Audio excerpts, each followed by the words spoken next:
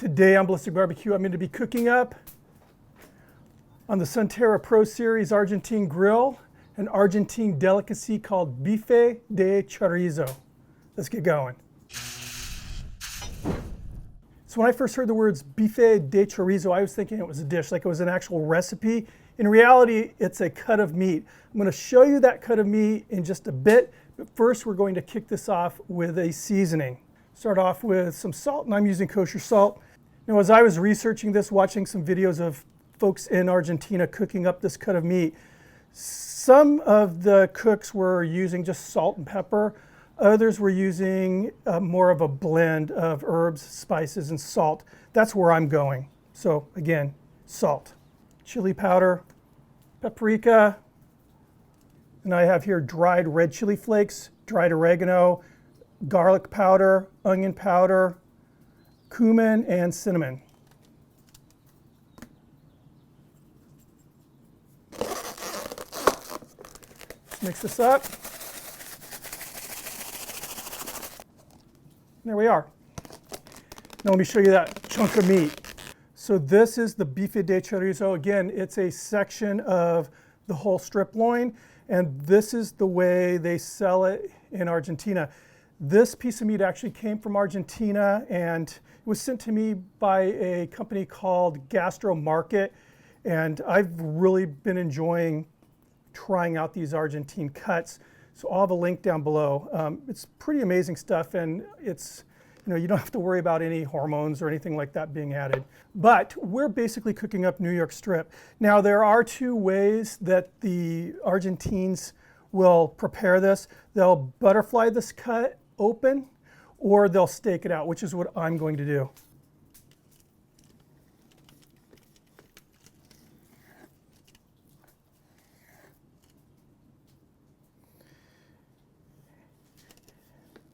And they're very, very clear about leaving this fat cap on, which I'm down with that.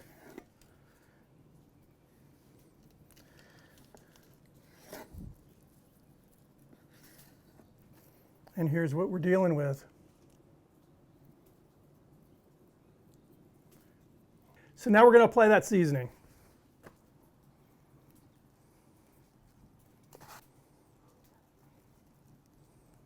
And anything left over from this is going in the trash, so I don't want to hear any cross-contaminating comments. This was made just for these pieces of meat here. All right, looks good. So it looks like the grill's about ready, so let's start cooking. So the grill's all preheated. I started out with a base of hardwood lump charcoal, and then I layered on some of this. These are just some small, more like kindling splits of a wood called tan oak. And I've been kind of messing around with this stuff. It's pretty amazing wood, actually. So we'll start out.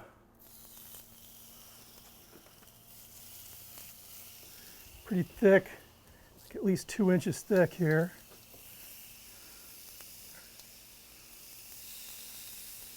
Now in Argentina, they don't really go hot and fast when they're cooking up steaks like this. It's more of a kind of nurturing it along, low and slow. So I'm going to keep the grade. Actually, I'm going to raise it up a little bit more. I'm taking my time on this cook. I'll be going for a medium rare, and I'll basically sear it off at the end, reverse sear.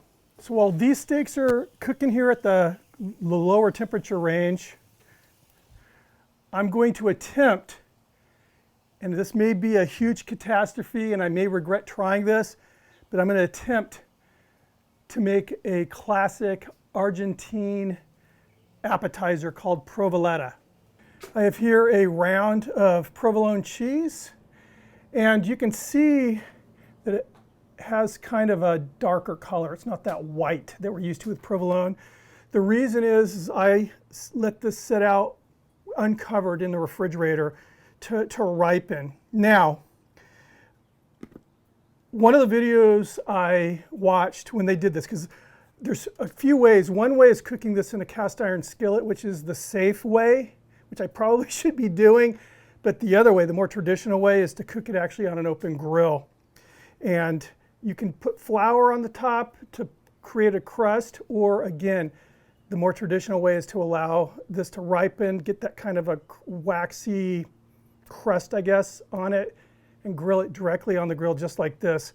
They were saying, well, the guys I saw do this very successfully did it for like, allowed this to stay uncovered for 2 days.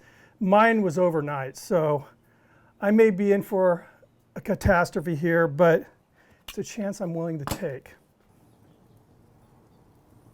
I'm actually going to go a little lower here. A couple pieces of baguette here. So what I'm trying to do, what I'm hoping to do is get that cheese so crisped up that it's not just going to completely melt through the grate. All right, fingers crossed.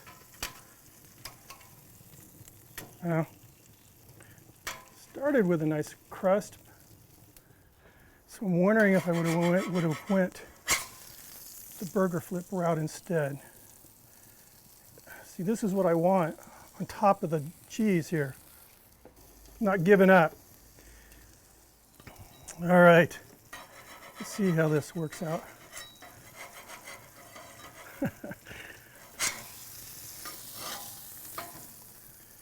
Yeah, it's not pretty. I'll take it. So while that cheese is cooking, go ahead and cut my baguettes here. All right, I'm going to call this done without completely making a disaster here.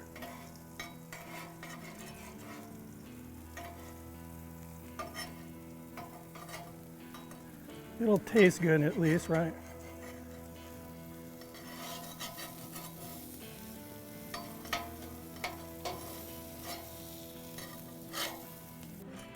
There you go. It'll taste good. It's not exactly what I was hoping for, but it was honestly what I was expecting. So now I'm going to go ahead and raise these grates. I'm going to throw some chorizo on here. Now, as far as this provoletta goes, a piece of like toasted baguette, I'm just going to cut some of that cheese off. And it's not going to be like real runny, melted, you know, drippy. It's going to be like this. I mean, as far as, actually, you know what? Hold on. I'm just screwing up everything here. I wanted to go ahead and drizzle on a little bit of agave nectar and hit it with some red pepper flakes. Now, let me try the center here.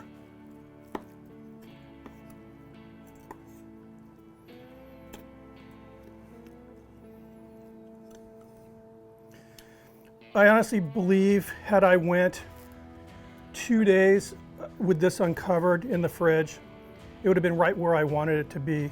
Because I actually got some good crust developing, but again, just wasn't quite 100% there. That's still going to give me the effect I want.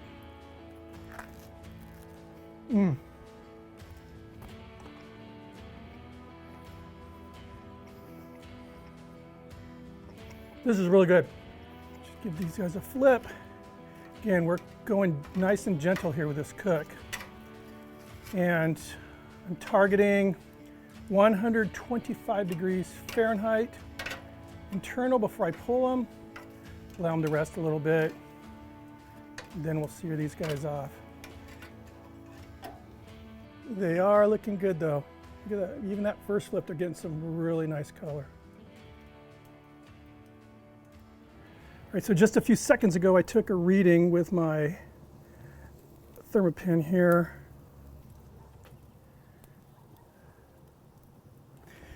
We're going to go ahead and pull this meat. So what I'm going to do now is lower that grate, get it ready for that final sear.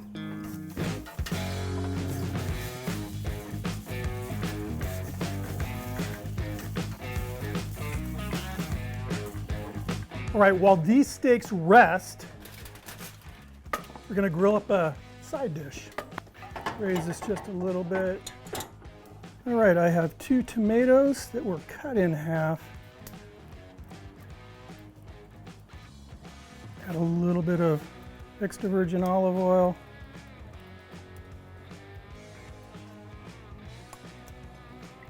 A little kosher salt. Some dried chili flakes.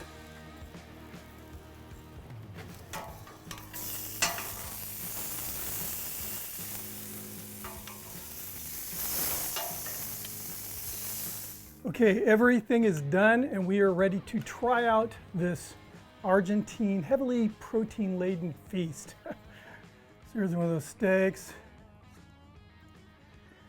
Let's go ahead and see how we did here. Nice. Nice medium rare. I'm going to go ahead and properly plate this meal up and give you guys a try. And here we are. I think this looks pretty darn good. Again, got that bife de chorizo, the grilled chorizo, Mexican chorizo sausage, that provoleta on a baguette, and a grilled tomato. What more could you need? A little garnish. Let's try this meat. Pretty happy with the cook. Again, nice medium rare, which was what I was shooting for. Has a nice, nice grill marks on there. New York strip. It is missing one thing though. A little chimichurri. You can smell it.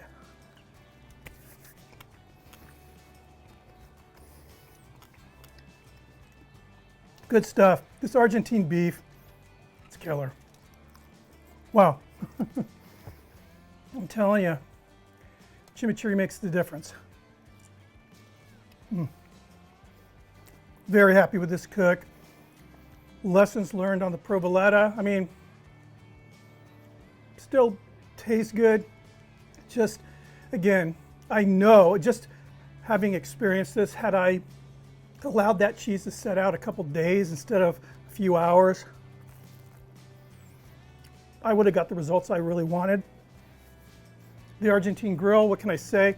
I haven't used it in a video in quite some time, but again, I always say the immersive experience of cooking like that with all that heat in front of you. And I was rolling, both grates today. This morning, before the video actually started, I had the braseros going. It's just a very fun cook. As far as this Argentine meat is concerned, I will have links down below. Again, it's now available to you here in America, and I'm learning about all these cuts and the uses for these cuts that, a lot of them look very familiar, to us as Americans, but they're cooking them up a little differently than we are, and I think that's pretty darn cool. Anyway, this is my lunch. I'm going to enjoy my lunch. Thank you guys for stopping by. Keep the suggestions rolling in. If you're not subscribed, please do hit the notification bell. Thumb it up if you like it. See you in the next video. Cheers.